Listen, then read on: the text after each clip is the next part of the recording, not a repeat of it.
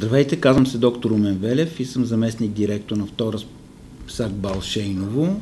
Сега заедно с Фемина клуб ще ви запозная нашите пациентки, които са родили след цезарово сечение, как точно става тяхното възстановяване, ще дам някои съвети за тяхното по-бързо възстановяване, а също така ще поговорим и за някои неща, които не е желателно да извършват непосредствено след самата операция.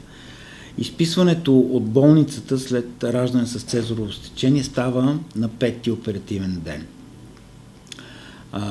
Обикновено тези пациентки имат конци на оперативната рана, които се свалят на 7-ми оперативен ден, или ако са използвани някакви по-съвременни техники, като лепене на раната с лепило или използване на интердермален шев, тогава тези конци или това лепило не се сваля. Но така или иначе, немалка част от пациентите трябва да се върнат на 7-мия ден, за да могат конците от оперативната рана да бъдат отстранени.